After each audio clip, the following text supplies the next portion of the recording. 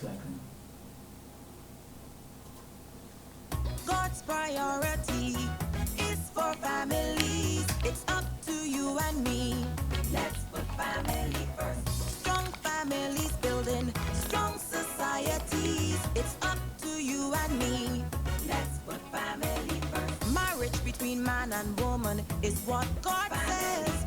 Just follow his direction. That is the only way. Let's build a better Barbados, better families. Happy, secure, safe, and Which stable one homes is in the community.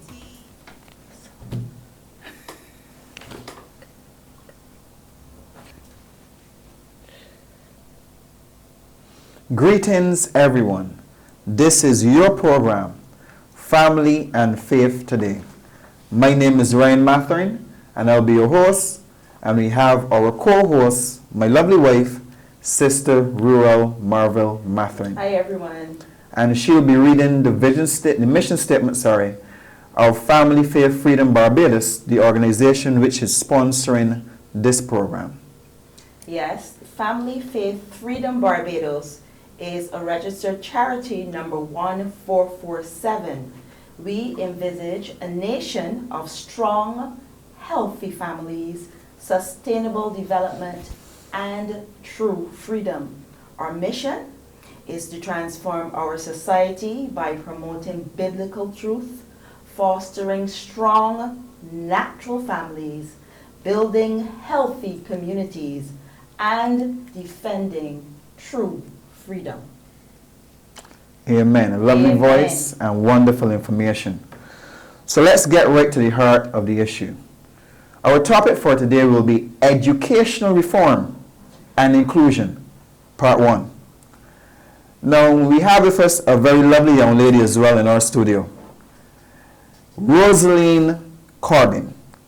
And I have in front of me an entire page of information concerning her background. Obviously, there's no time to read all of this, Sister Rose. Sister Rose, as she's affectionately referred to. But Sister Rose, I want to put a statement before you for you to respond to. Recognizing the declining results we are seeing in our primary, secondary, and tertiary level, or at the secondary, primary, and tertiary levels in our schools, there is a clear need to reform the educational system in this country. Now that's a statement. Don't respond as yet. My wife has the first question for you. Yes, with many of our Caribbean neighbors coming to this country to receive an education, and being someone who has benefited from education, and like myself as well, could you tell me what opportunities this country offers, and what is the strength of our present educational system? First, let me say thanks for having me. And that's a big question. And I am glad to know that you benefited from the offerings of education in our system here in Barbados.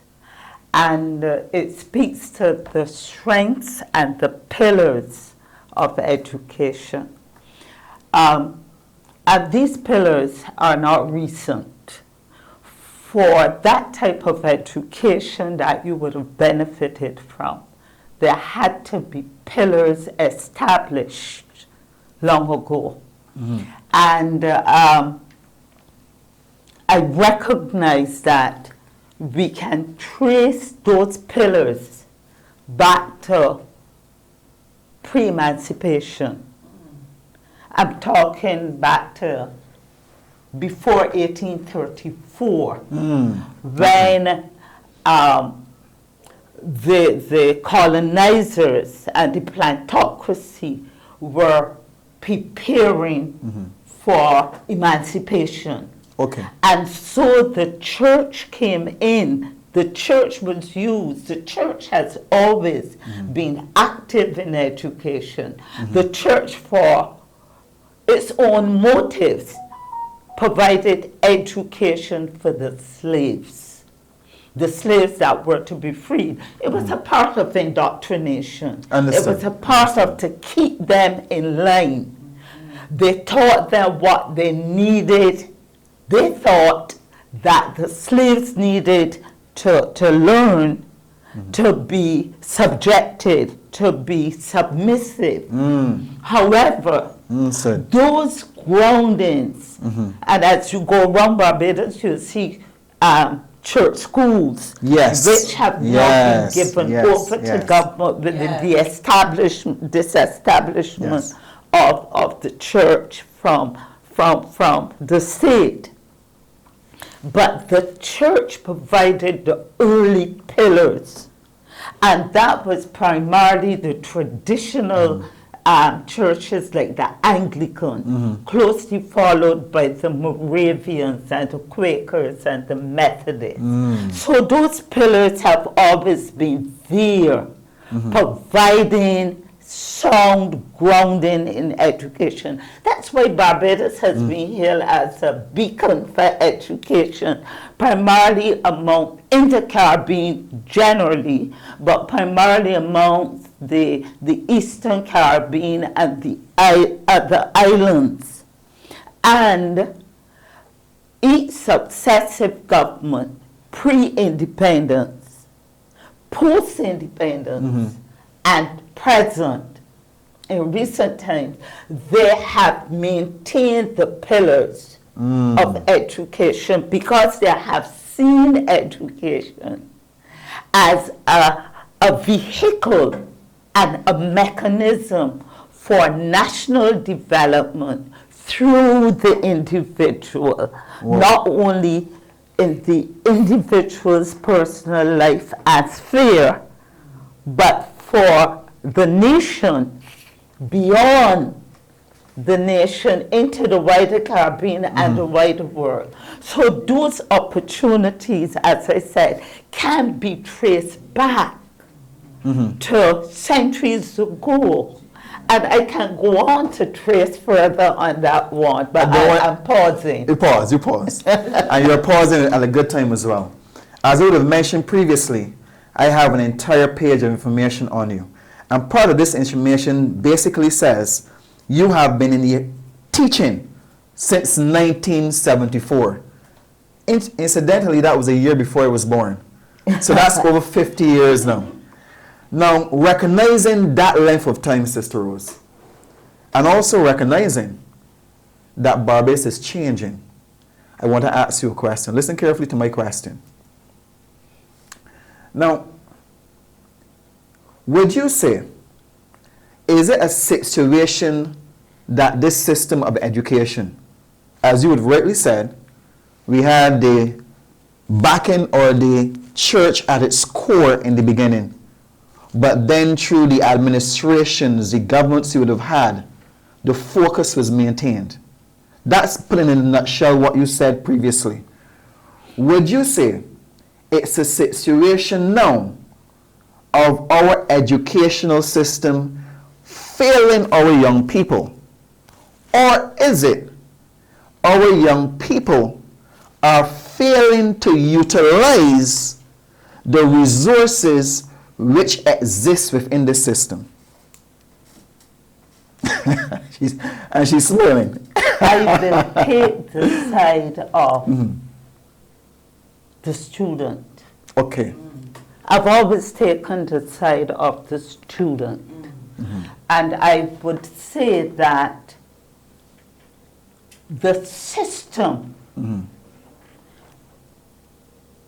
though successful in offering one of the best type of education that can and is the envy, can be and is the envy of other nations, that we have not been successful in matching appropriately the offerings to the needs.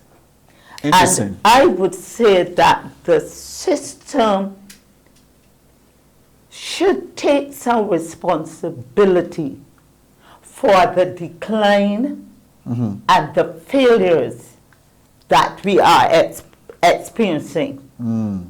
My reasoning, however, is how is that decline identified?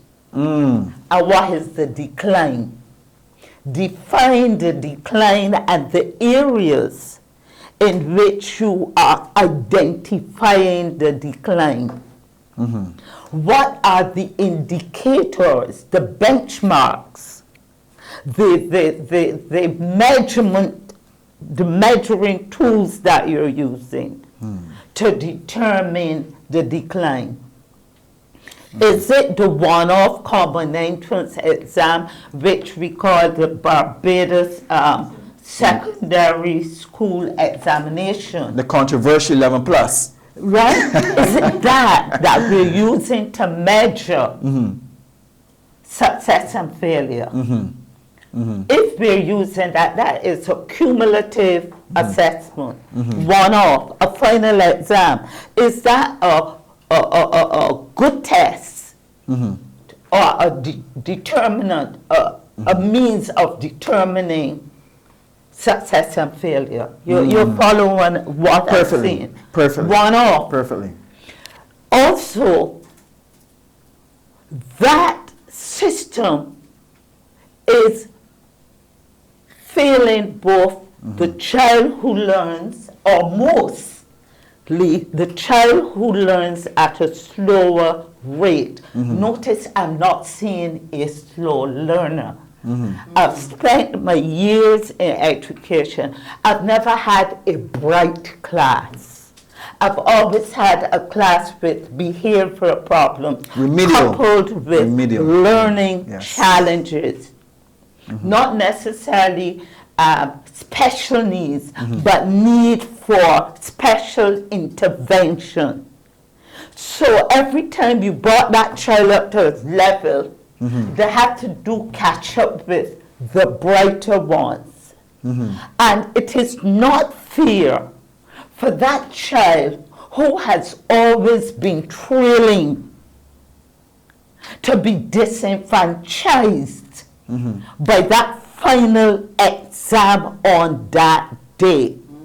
If you were failing all the time within the system, why not put you in a classroom with those who you have already determined that will pass and pass that exam well? I want to press the pause button on again for you. And I want you to consider this. I know that there's a question that my wife has for you, but I want you to consider this as well. When we speak about decline, we're speaking about not only at the 11 plus level, we're looking at those students who are receiving less CXCs at the secondary level. Now, I just want you to bear that in mind, because as I said, my wife has a question for you. But before we move on that, you're preempting what I had to say. It is not only at the primary school level where we see that disenfranchisement, which we can call the system failing. Yes. But we see it again at secondary school. How can you invest millions? Education get the highest vote out of the budget annually. And how can you be investing millions and then at the end of 5 years in secondary school, again you determine the success or failure? So the principal at speech day will say how many failed, how many passed. Is that a true indicator? Are all those children who are not gaining CSC actually have failed? Actually have failed? Weren't there other things that they would have gained in the system, not attributed to a CXC pass or CXC result? And I have found too that the system at secondary level accepts mediocrity. They accept So if you get a grade 4 or grade 3, that's fine, because it's what is required for entry-level employment. And so the decline rests in the hands of the system. It rests in the hands of policy. It rests in the hands of education becoming a political tool. Oh dear. We're going down a dangerous road. We're going down a very, Sister Rose, I am hesitant about following you down that rabbit hole. But what I want you to keep in mind is this consideration as my wife poses her question. Yes. Not necessarily who is being taught, but what we're being taught. Go ahead, Yes. Sister Reuel. Do we need to have a relationship with God in order to excel academically? Heavy. You really want me to go there? Go there. Go there for the benefit of our listeners and viewers. Education reform, that's what you're talking about. Yes. Yes. Education has always been evolving. It's not stagnant. It is lively. As long as there are minds, there are opportunities to educate. And we live in a world that is always changing around us. So education has to adjust. But to what extent will you adjust the offerings? To what extent will you change it? Yes. And why are you changing it, the rationale?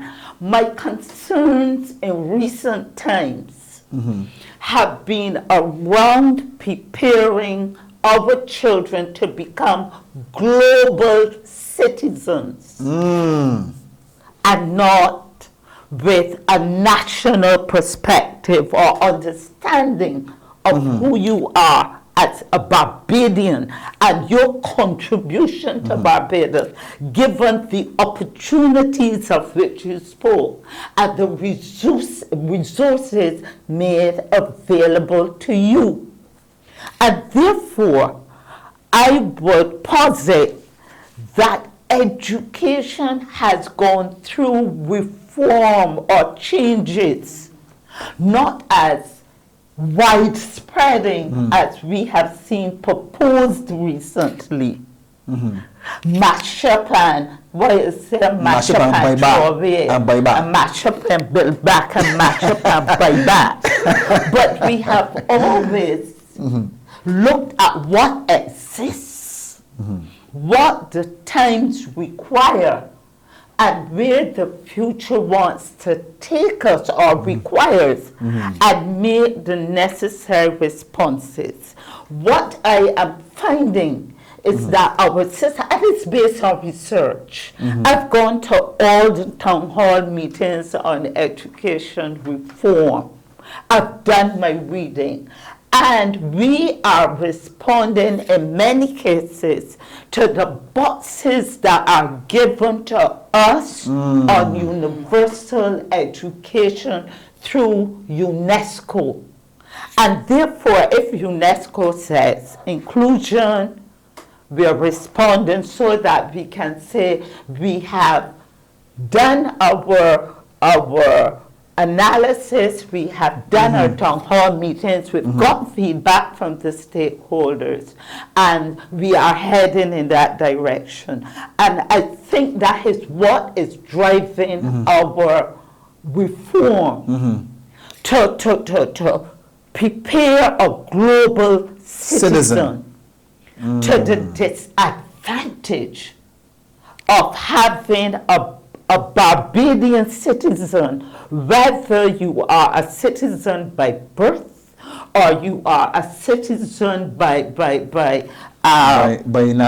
naturalization. paperwork.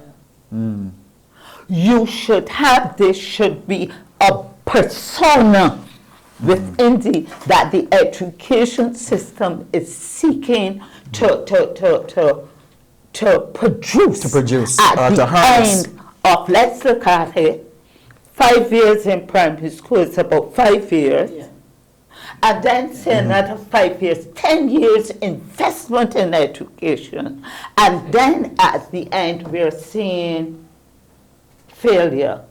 So the reform that is taking place, I challenge it on the ground. I welcome inclusion in terms of incorporating, not disenfranchising, equity in education. I welcome that. I welcome engaging the differently abled and the differently intellectually challenged child into the classroom, but not to disadvantage that child in the name of reform, and at the same time disadvantaging your child who learns at a faster pace.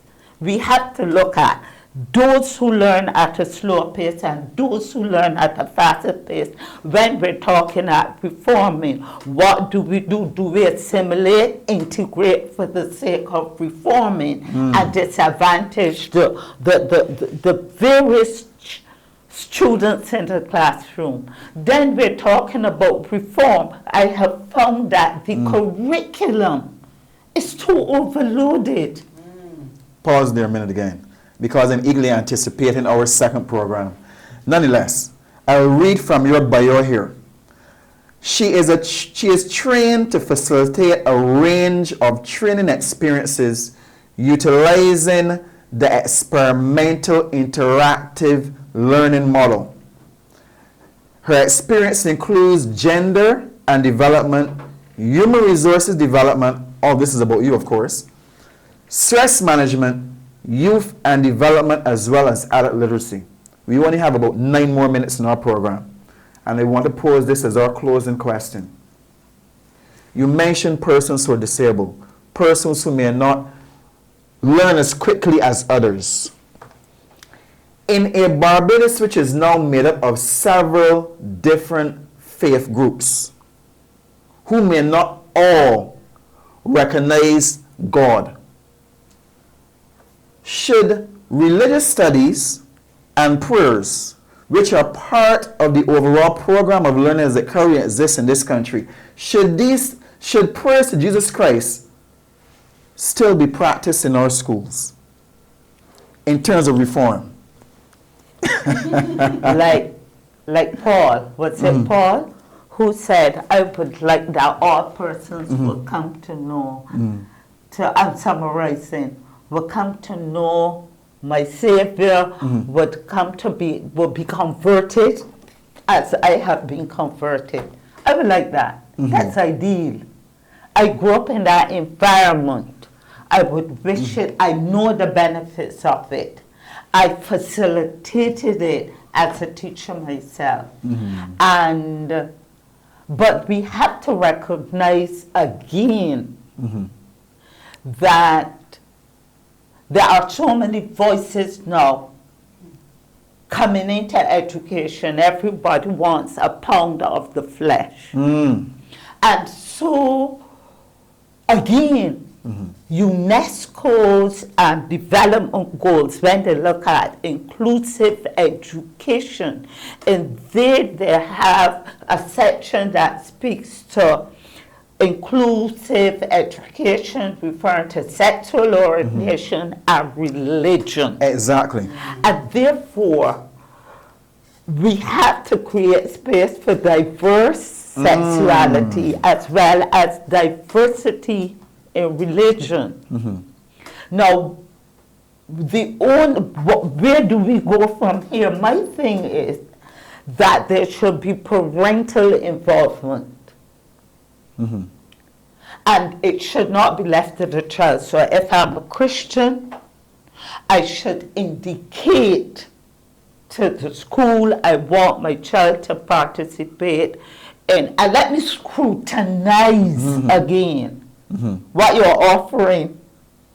Because everything that you remember, there has something called reflective meditation or something. Right. What is that? Mindfulness. Mindfulness. So I want, when you are going into those religious areas, tell me as a Christian, there should be something that I can read, pull up. Yes, I want my child to be part of this. I want to know who's facilitating this. On the other hand, we know that the Muslim would not want that. So we ask similar accommodation for other religions. When I was at secondary school, at St. Michael's Girls on mornings, the majority of us who were Christians, but the hymns were really Anglican hymns. But we gathered for assembly, but we had the close brethren, the Jehovah's Witnesses, and a few others who abstained, but they stood outside the hall and they could hear what was going on within assembly. So I am saying that stakeholders will make their demands. But we also as Christians must not leave it up to all these fancy terminologies and think that our children are benefiting. But I would wish that there would be some kind of moral instruction which is underpinned on pillars of that are biblical and scriptural. That's my take on it. And that's a wonderful perspective. Give people the choice. And we're going to leave it there. Reason being, as lovely as this has been, our time is almost expired. And we are going to get you again for our next program. So that's all right. So then we just want to conclude by reminding our listeners and viewers as well of the Family Faith Freedom Barbados Rally on the Saturday, November 9th, 2025. And the theme will be the changing face of Barbados. Yesterday, today, and tomorrow. And we also want to give an invitation to sponsors to get on board. We'd be grateful for your any financial support towards the cost of this radio program and the rally as well. You can contact us at fffbarbados@gmail.com. Sister Reuel, final thanks as well? Yes, final thanks. Do you see why we need a part 2? Thank you so much, Sister Rose. You are blooming today. Yes. And we thank you so much for educating us. I felt like I was in a classroom being educated by a super teacher. So thank you so much for bringing your knowledge to us. And we want to thank those who are listening and those who will be viewing as well. Thank you for this session, this podcast. Family and Faith Today. God bless you. Thank you. God's priority is for families. It's up to you and me. Let's put family first. Strong families building strong societies. It's up to you and me. Let's put family first. Marriage between man and woman is what God says. Just follow his direction. That is the only way. Let's build a better Barbados, better family.